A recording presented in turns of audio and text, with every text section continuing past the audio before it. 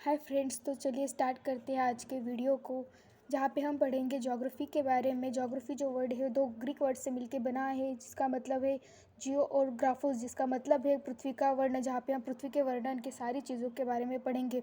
Geography के साथ अगर कुछ सफिक्स लगते हैं तो उसका कुछ मीनिंग निकलता है। जैसे जियो के साथ अगर लोजिया सफिक्स लग जाए तो हम वहाँ पे पढ़ते ज्योग्राफी के अध्ययन के बारे में। और जब उसके साथ मेट्रिया लगते हैं तो ज्योग्राफी के मापन के बारे में। और जो के साथ जब एट्स लगता है तो पृथ्वी के आकार की तरह की चीज़ों को हम इसमें पढ़ते हैं।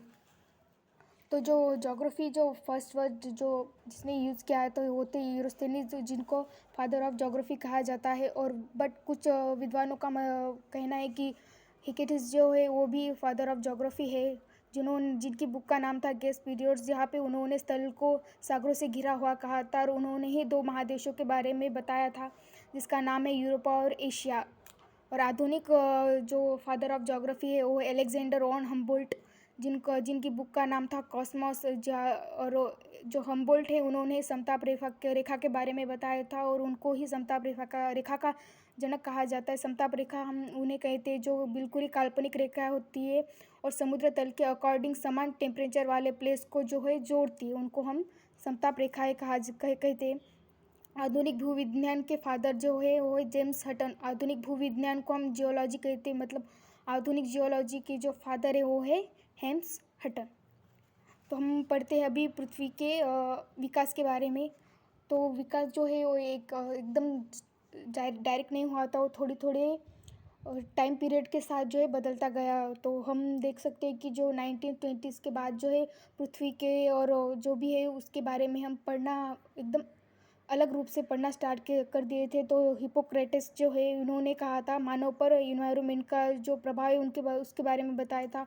और अरस्तु की जो बुक है पॉलिटिक्स, उनमें उन्होंने उसमें कहा था कि जो स्टेट गठन या भी कुछ भी गांव वगैरह कुछ भी है उस पर इन्वायरमेंट का प्रभाव के बारे में उन्होंने बताया था। तो जो कुछ विद्वानों की लिखी हुई बुक्स है जहाँ पे उन्होंने पृथ्वी के विकास के और भी चीज़ों के बारे में उन्होंने बताया था। वो जो उनकी एक बुक देखते हैं विडाल्डी ला ब्लास्ट्री, उनकी बुक का नाम प्रिंसिपल ऑफ ह्यूमन ज्योग्राफी।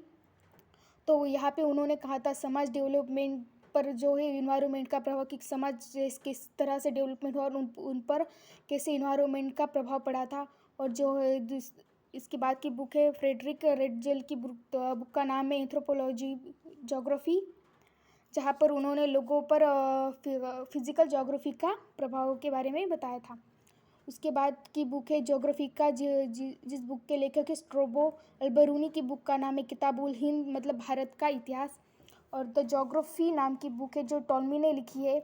और सिद्धांत शिरोमणि भास्कराचार्य की बुक का नाम है आर्यभट्टयम, नाम की बुक जो है वो आर्यभट्ट ने लिखी है। नेचुरल हिस्ट्री जो है वो प्लिनी ने लिखी है।